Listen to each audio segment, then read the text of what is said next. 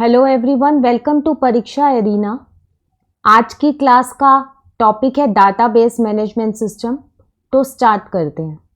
Question number 1, in ER model the detail of the entities are hidden from the user.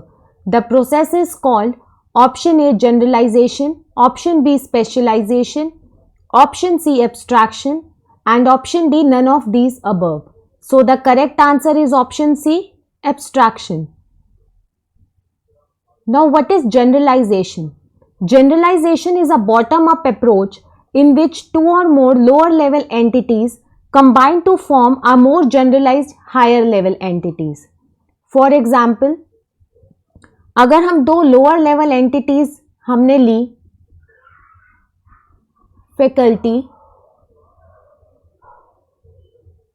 And एक हमने ली student.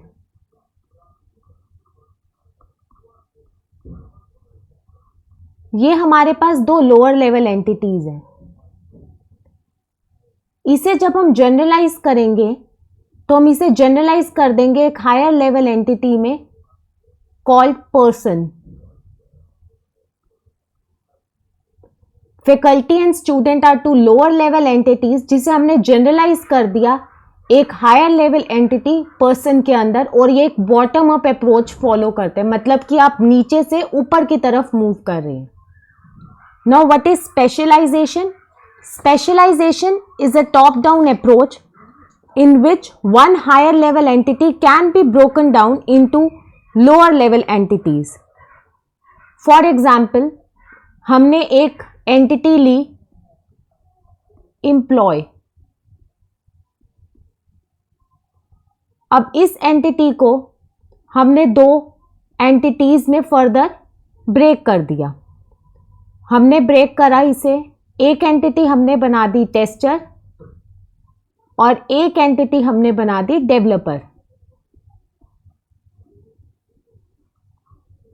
अब अगर हम top to down move करें, employ जो है, हमने एक एम्प्लॉय एंटिटी को जो कि एक हायर लेवल एंटिटी थी हमारी, हमने उसे दो लोअर लेवल एंटिटीज में ब्रेक कर दिया, एक टेस्टर और एक डेवलपर। हमने टॉप डाउन अप्रोच फॉलो करी। This is called as specialisation. Now question number 2, match the following formal relational term with informal equivalence. Let's see, relation is another term for table. कोई भी relation जो हमें मिलता है DBMS के अंदर वो एक टेबल की फॉर्म में मिलता है। तो option 1 matches with 3। Now tuple is also called as row, और you can say row is also called as tuple. Attribute matches with 4th, that is column. And domain matches with values. So the correct answer is option number A. Now question number 3. Fourth normal form is designed to cope with A. transitive dependency, B. joint dependency, C. multi-value dependency, or D. none of these. So the correct answer is option number C, multi-valued dependency. Transitive dependencies matches with 3NF, joint dependency for 5NF, 1NF के साथ होती हैं कि it should always contain atomic values, and 2NF no partial functional dependencies exist.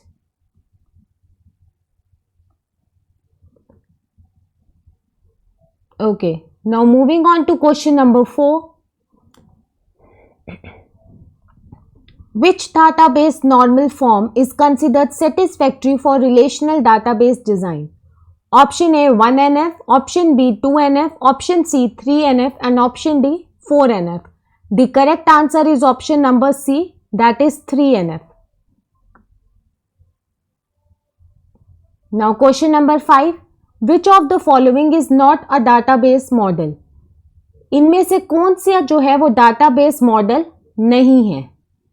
Option A inheritance model, option B object oriented model, option C network model and option D relational model. अब इन चारों option में से object oriented model, network model and relational model, ये तीनों जो है ये डाटाबेस मॉडल हैं। So the only option left is option A inheritance model and it is not a database model. So the answer for question number 5 is option A, inheritance model. Question number 6. Write the name of the relational algebra operation as per the given order of their notation. ये हमें 3 notations दी हुई हैं। इन 3 notation के हिसाब से हमने इनके नाम बताने कि ये कौन सा relational algebra operation है। So first notation is for projection, second notation for Cartesian product and third notation is for select. So the correct answer is option number D. Now question number 7. A double ellipse represents dash attribute in ER diagram. जब भी हम ER diagram बनाते हैं तो हमें बड़े सारे symbols का एक टेबल हमें याद करना पड़ता है। फॉर एग्जाम्पल कि अगर हम एक ये सिंपल रेक्टेंगल बना रहे हैं तो इस सिंपल रेक्टेंगल जो है ये एक एंटिटी को रिप्रेजेंट करेगा। A simple oval will represent an attribute. तो मल्टी इसमें से डबल एलिप्स जो है वो किस एट्रीब्यूट को रिप्रेजेंट करेगा? सो the correct answer is option number A, multi valued attribute. अब मल्टी वैल्यूड एट्रीब्यूट क्या होता है? मल्टी वैल्यूड एट्रीब्यूट होता है जिसकी वो एट्रीब्यूट जिसकी एक से ज्यादा वैल्यू हो सकती है। फॉर एग्जाम्पल अगर हमारे पास एट्रीब्यूट है फोन नंबर, फोन नंबर तो किसी के पास एक भी हो सकता है, दो भी हो सकते हैं, तो it's a multi valued attribute. ऐसे ही डिराइव्ड एट्रीब्यूट को हम रिप्रेजेंट करते हैं डॉटेड ओवल से, like this. And for example age is a derived attribute. Derived attribute होता है एक ऐसा एट्रीब्यूट जिसे हम किसी दूसरे एट्रीब्यूट से डिराइव कर सकते हैं। फॉर एग्जाम्पल एज जो है इसे हम डेट ऑफ बर्थ एट्रीब्यूट से डिराइव कर सकते हैं। अगर हमें किसी की डेट ऑफ बर्थ पता है तो हम उसकी एज निकाल सकते हैं। तो ये डिराइव्ड एट्रीब्यूट को रिप्रेजेंट करता है। And what are composite attribute? An attribute which is composed of many other attributes.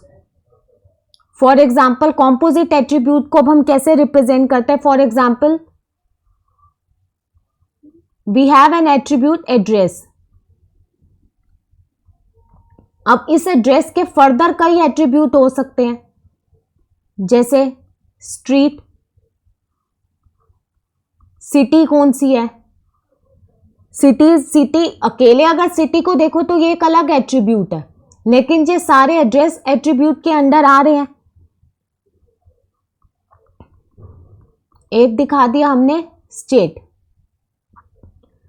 What are complex attribute? Complex attributes होते हैं which can be formed by the nesting of composite and multi valued attribute. इसके अंदर multi valued और composite attribute दोनों का जो combination होता है उसे हम कहते हैं complex attribute. Fine. Now moving on to question number 8। Which of the following is not an element of database? इनमें से इन चारों ऑप्शन में से कौन सा ऐसा एलिमेंट है जो डाटाबेस का नहीं है? ऑप्शन ए रिलेशनशिप्स, ये डाटाबेस एलिमेंट है। कंस्ट्रेंट, ये भी डाटाबेस एलिमेंट है। फ्रंट एंड, ये नहीं है। एंड स्कीमा, ये भी डाटाबेस एलिमेंट है। So the correct answer for question number 8 is option C, front end. Now question number 9। Which one of the following is not a part of the ACID properties of database transaction? ये question mostly हर paper में पूछा जाता है acid properties के बारे में। अब इस क्वेश्चन में वो पूछ रहे कि इन चारों ऑप्शन में से कौन सी ऐसी ऑप्शन है which is not a part of the ACID properties. In ACID properties A stands for atomicity and atomicity is present at option A, it's true. And C stands for consistency, ये भी है। C I stands for instance, ये गलत है. I stands for isolation and D stands for durability. So the correct answer for question number 9 is C. C option, that is instance, is not a part of the asset properties of database transaction. Now question number 10. Which of the following statements are correct regarding data dictionary in database management system? First statement says data dictionary is a collection of definitions, rules and advisories of data designed to be used as a reference with the data warehouse. And statement 2 says data dictionary is the area of memory allocated for data storage. अब इसमें से कौन सी statement सही है? Second statement तो बिल्कुल ही गलत है. So the only correct statement is statement 1. So the correct answer is option number C. Now question number 11. Rollback of transactions is normally used to option A, recover from transaction failure, B, update the transaction, C, retry old records and D, repeat a transaction.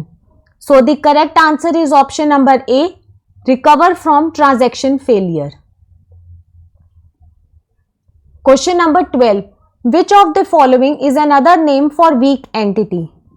Weak entity को और किस नाम से बुलाया जाता है? Option A child, Option B owner, Option C dominant and Option D all of the above.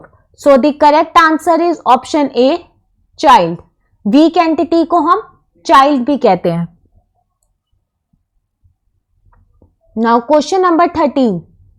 In structured query language, what is the group by clause?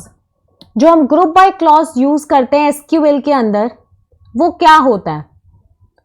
Option A, it groups the table with same name in the database.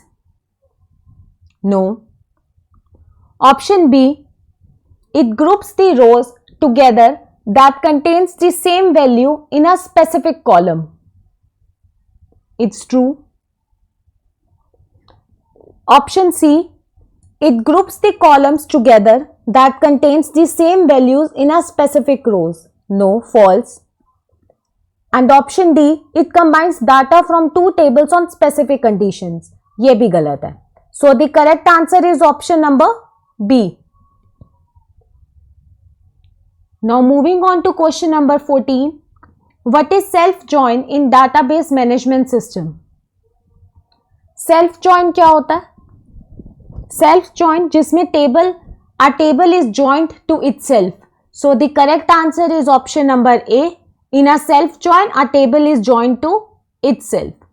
Now question number 15. If a query involves not and or with no parentheses, तो उसमें से हम पहले किसे evaluate करेंगे, second number पे किसे evaluate करेंगे और लास्ट में इवैल्यूएट क्या होगा? So the correct answer for this question is not will be evaluated first, and will be evaluated second, and or will be evaluated last. So the correct answer for question number 15 is option number A. This is all for today. Thanks for watching. अगर आपको video अच्छी लगी हो तो video को like करें और share करें और चैनल को सब्सक्राइब जरूर करें. आप इस वीडियो के पीडीएफ के लिए हमें टेलीग्राम पर फॉलो कर सकते हैं, जिसका लिंक डिस्क्रिप्शन बॉक्स के अंदर दिया हुआ है. Thank you.